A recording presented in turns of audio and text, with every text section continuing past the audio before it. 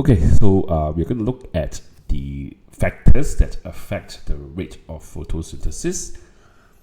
Right, so in the syllabus, right, there are three factors: light intensity, carbon dioxide concentration, and temperature that we will focus on.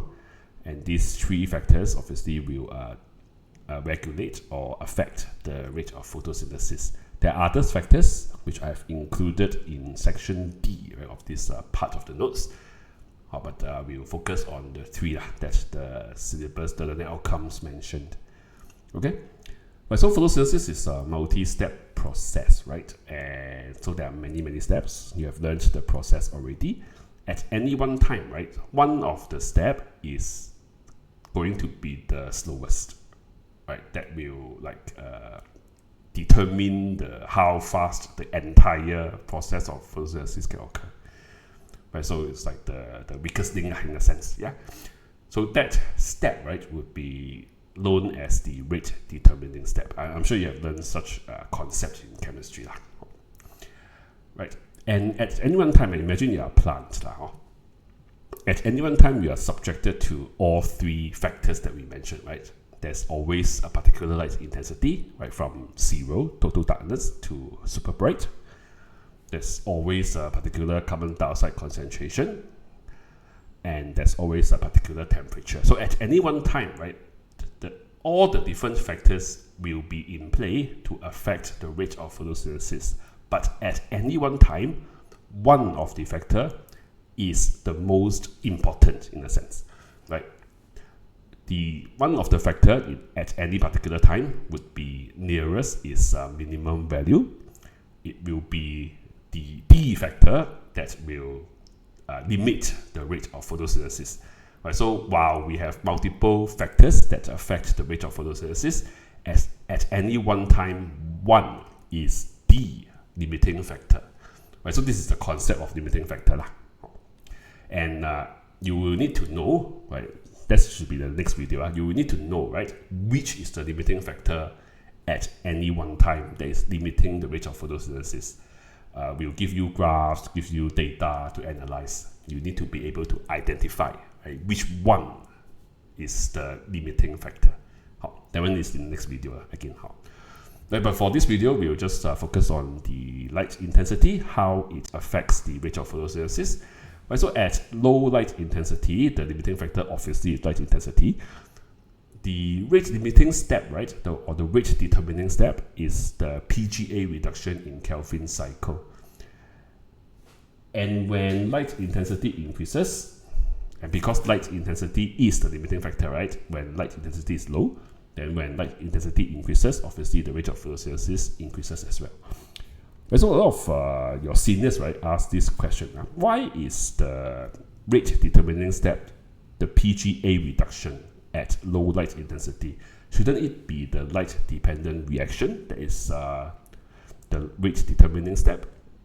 Right, so the answer to that is, right, yes, low light intensity obviously directly affect our light dependent reaction, but that will then subsequently affect PGA reduction, right? Because PGA reductions requires the products of the light dependent reactions, both the ATP and reduced NADP. Right, so when there is low light intensity, there is very slow light dependent reactions, so much so that PGA reduction is also either super slow or not going to occur at all. Right, so indirectly, PGA reduction is the most affected by low light intensity. That's why it is the rate determining step rather than light dependent reaction. Okay? Yeah. So PGA reduction is the rate determining step in low light intensity. Right, so you can imagine, right, when there is low light intensity, there is very little or very slow PGA reduction, then we should have an accumulation of PGA, right? Because PGA cannot be reduced, right, to form triose phosphate. So there will be some accumulation of PGA in the stroma. Yeah, which we will look at in tutorial. So I'll leave it to your tutor to explain more, right? But here just a primer to go and think about what will happen. right, when low light intensity is in play. Okay, then move on. Yeah, so just how we mentioned, right, as light intensity increases, the rate of photosynthesis also increase. But obviously the increase is not going to be forever, right? At a point, light intensity will be no longer the limiting factor. So that's when the light saturation point has reached. Any further increase, right, to the light intensity will not increase the rate of photosynthesis any further. Another factor would now be the one that is limiting the rate of photosynthesis.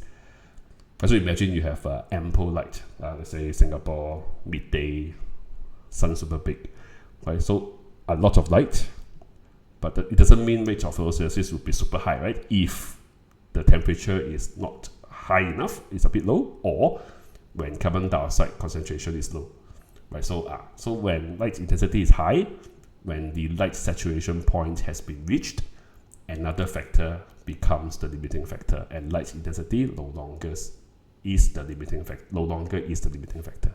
Okay, just a bit more in terms of how we measure the rate of photosynthesis. Right, rate of photosynthesis is usually measured by a net uptake of carbon dioxide or net release of oxygen. Why net? Because as photosynthesis occurs, right, respiration is also occurring. Respiration doesn't stop, because if respiration stops, the plant dies already, right? So when we talk about carbon dioxide uptake, right, we must remember respiration is producing carbon dioxide.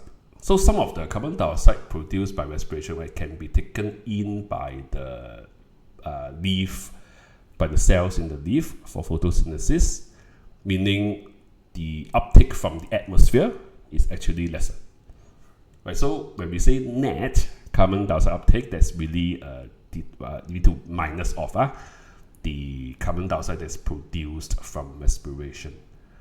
Same for the release of oxygen. So photosynthesis might release, say, a particular X amount of oxygen, right? But some of them actually get absorbed back by the cells for respiration. Right? So the net release is minus off the oxygen that is absorbed from by respiration or for respiration. All right. So when we measure the rate of photosynthesis, right, we know that we are not measuring the absolute rate of photosynthesis. It's actually photosynthesis minus respiration, which also means, right, as photosynthesis, as the rate of photosynthesis decreases, right, due to, say, low light intensity, there may come a point where the rate of photosynthesis is lower than respiration. There also may come a point where the rate of photosynthesis is equal to the rate of respiration. So the light intensity that gives us the rate of photosynthesis equal to rate of respiration is called the light compensation point. Okay, so this graph which you have in the notes as well, we have the light saturation point. That is the point beyond which light intensity is no longer the limiting factor, right? Beyond which any more increase in light intensity does not increase the rate of photosynthesis anymore. Then we also have the light compensation point, which is the light intensity that achieves the rate of photosynthesis that is equal to the rate of respiration. So there is no net uptake of carbon dioxide from the atmosphere, or no net release of oxygen into the atmosphere. Anything that's lower, right, a lower light intensity than light compensation point would mean that photosynthesis is less than respiration, right? So there's a negative uptake of carbon dioxide. There's actually more release. There's actually release of carbon dioxide overall. So the net uptake is negative. Same as oxygen release, right? There is actually oxygen taken in rather than oxygen being released. So net negative oxygen release.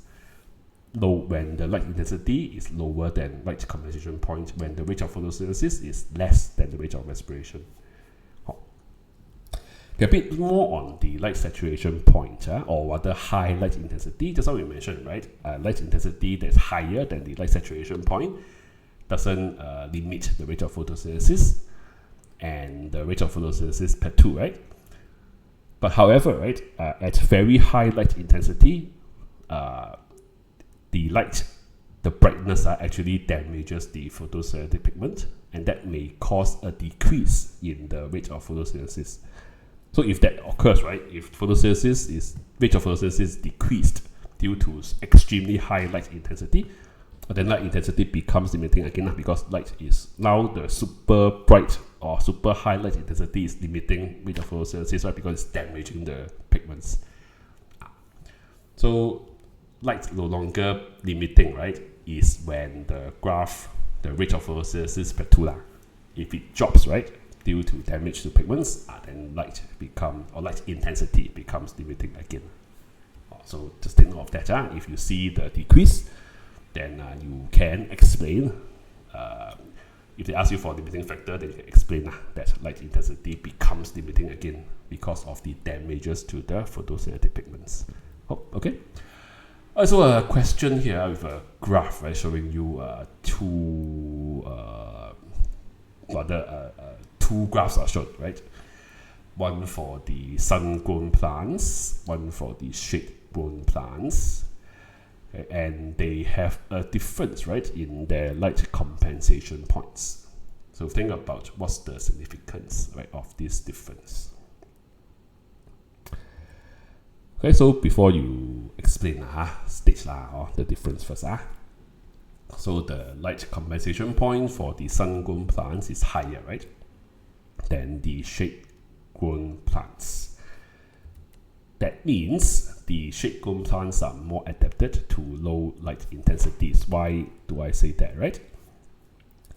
The shade-grown plants, right, if you look at the rate of photosynthesis that is at low light intensity, the curve for the shade-grown plants is actually higher, right, than the curve for the sun-grown plants.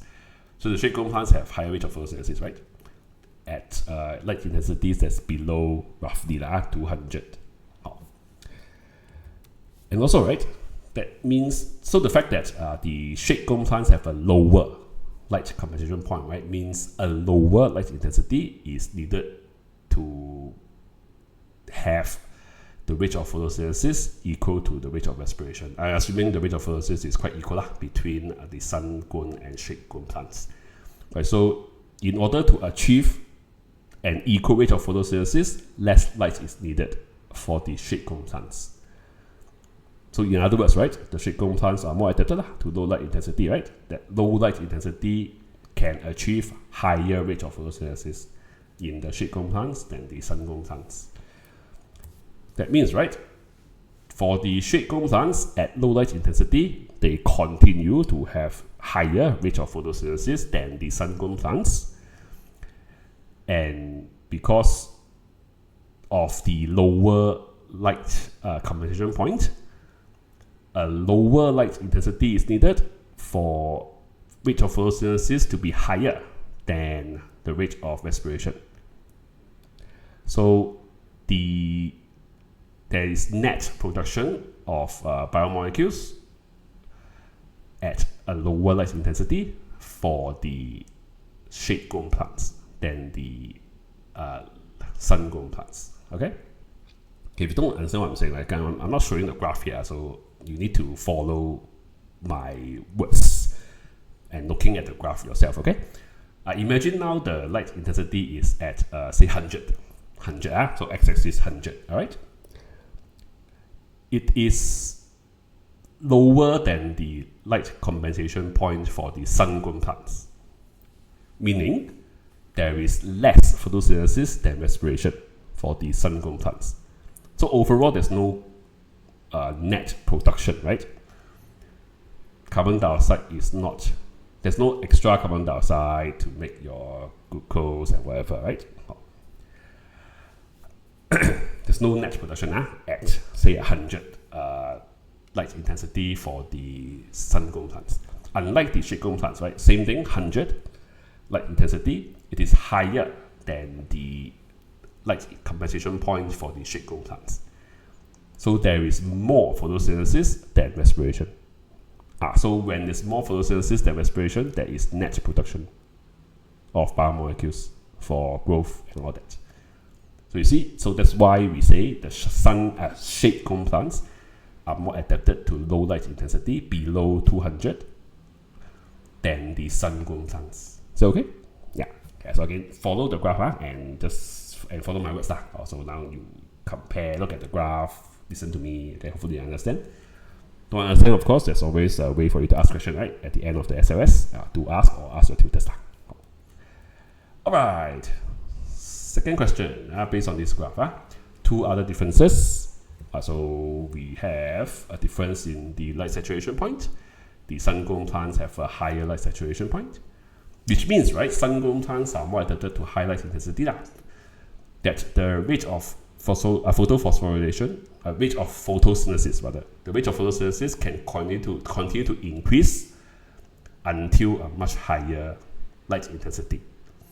Right, so sun-grown plants are more adapted to use more light.